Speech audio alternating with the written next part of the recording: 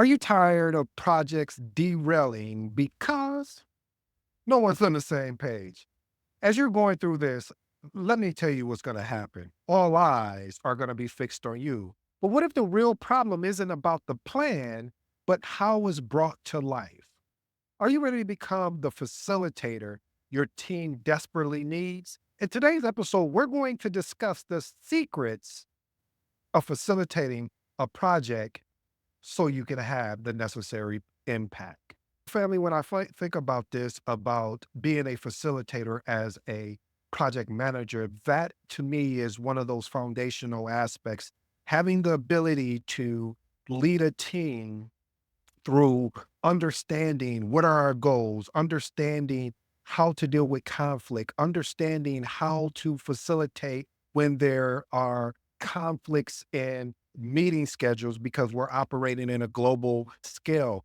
Facilitation is key. This is why I always say a project manager is multifaceted, meaning you have to have different capabilities to lead projects effectively. So let's get into to my 8-point framework. Point number one: define clear project roles. Listen, a facilitator must ensure that project goals are well defined and understood by all of the stakeholders to avoid ambiguity as well as misalignment. A lot of times, what happens, families, is that project managers, we won't take the time to really articulate verbally the goals and make sure they're well defined and that the stakeholders know where we're going. They understand the plan.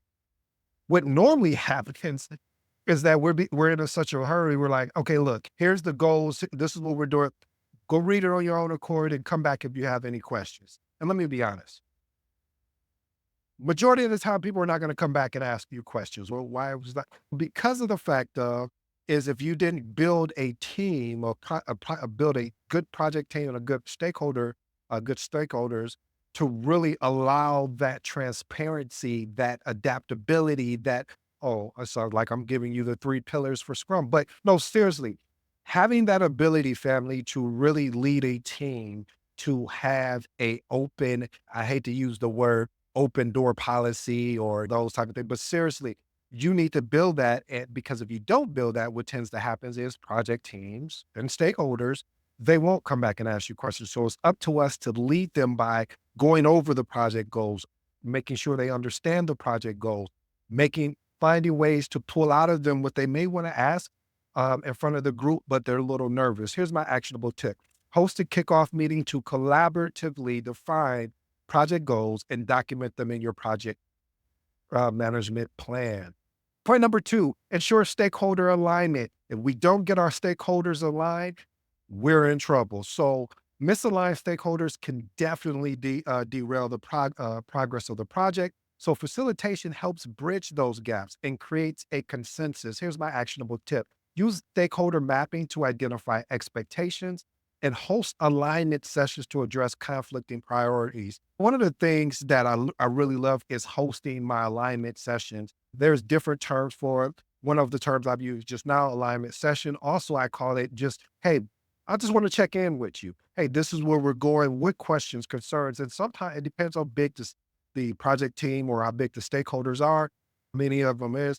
It depends on how I address this. I more or less like doing one-on-ones more than anything versus group.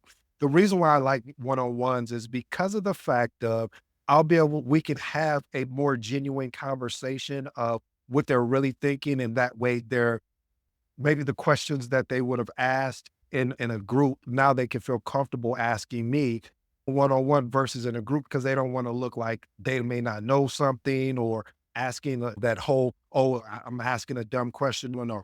One-on-ones are so effective when it comes to great stakeholder alignment. Point number three: build trust among your team. Listen, facilitating trust creates a positive team environment. Every environment that I worked in where there was trust facilitated, it was just the collaboration. Like you didn't have to praw and pull and beg and we had collaboration happening at the highest level that I've ever seen in my career because of the thing of facilitating trust. And it just built a really positive environment. Here's my actionable tip: organize team building activities early in the project. And most of all, Encourage open and transparent communication. Point number 4, facilitate risk management discussions. One of the things you have to understand that we as project managers can get caught up in forgetting about the main thing. What's the main thing? Risk and issues. And issue doesn't happen until it flips into an issue. So it could have been documented as a risk, and then all of a sudden it flipped into an issue. But identifying and addressing risk proactively prevents costly surprise later. Here's my actionable tip. Hold regular risk review sessions where the team can discuss potential risks, mitigation strategies, as well as contingency plans. One of the things I like to do as well is every meeting that I have, depending on the team. So if there's a team, no, okay, it doesn't matter who the team. So every meeting I have, I always will have a risk item or a high level question to say, hey, this risk is coming up next week or next day. Could you tell me where we are? Is this thing going to flip into an issue, or are the mitigation controls or strategies we have in place going to be effective enough? If not, then we may need to work on this. So, well, that's one of the first things I want to get in front of the team is always risk and issues. Point number 5, ensure effective resource allocation. Misallocated resources can lead to bottlenecks, and most of all, family, it can burn out your team as well as stakeholders. But an exceptional facilitator ensures resources are distributed optimally. And what that means is saying that if I have 5 people on my team and only 2 people are doing the majority of the work, I need to find out a way to spread that work around, or I need to get rid of those resources and bring some resources in that can support these 2 resources because I've watched it over and over again how, and I'm guilty of it too. I've seen it. It was funny. They call it the hero complex. It's, yeah, I'll take on everything, which is great. But when you have a team, you need to learn to lean on your team. You need to have the trust in your team and be there to support them if they make a mistake, which they're going to do, and be okay with it. Here's my actionable tip. Review resource utilizations regularly and often and adjust assignments based on project priorities as well as workloads. Point number 6, facilitate decision-making process. Projects require timely decisions to progress efficiently, family. Facilitation, how this works for you is it ensures decisions are well informed as well as supported. Here's my actionable tip. I always recommend using a RAID Q log or a decision matrix or even voting techniques during meetings to achieve consensus very quickly. Point number 7, manage conflict throughout the life cycle. Again, manage conflict throughout the life cycle. Conflicts can arise at any stage of a project. A skilled facilitator resolves them constructively, as well as, I will also say this, the facilitator also puts their emotions aside. Yeah, you're like, how can you put your emotions aside from a conflict? Because your emotion, I'm about to show you.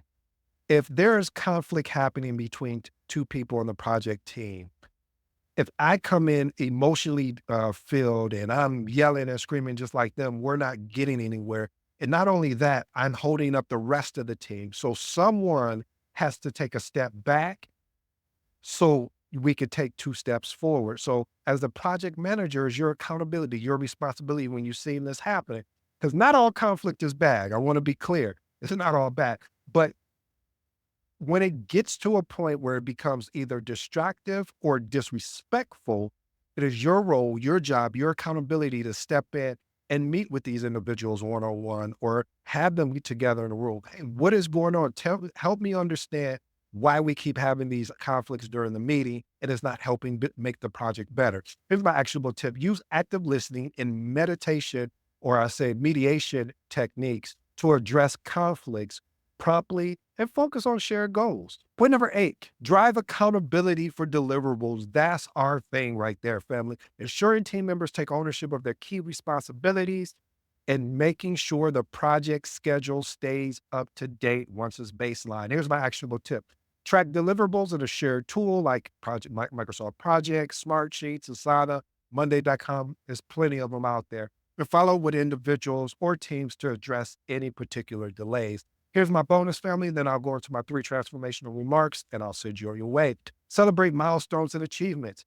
Recognizing accomplishments motivates the team. It also boosts morale, family, especially during long projects where you're on a project was going to be a couple years. Having that ability to boost morale to let them know, hey, we're getting closer and closer. I would also, here's my actionable tip, organize milestone celebration or just a simple acknowledgement during a meeting just to show your appreciation for what your team has done for you. Here's my three transformational remarks.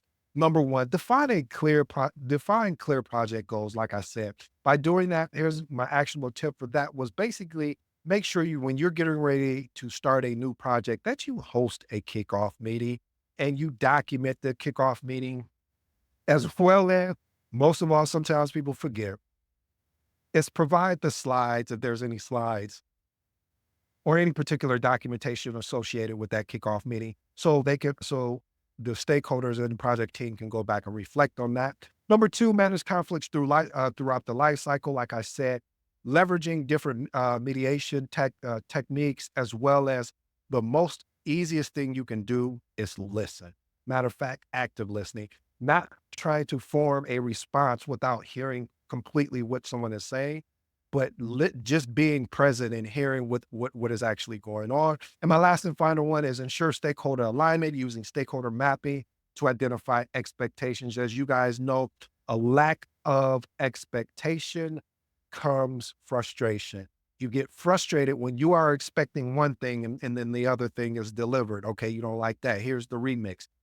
You become frustrated when you had high hopes or you were thinking that it was going to go one way and it didn't go that way because of the person who communicated the expectations wasn't clear enough. Family, I hope you enjoyed today's episode. I go by the name of ED. For all you smart and intelligent folks out there, listen, that just simply means Ed. Until next time.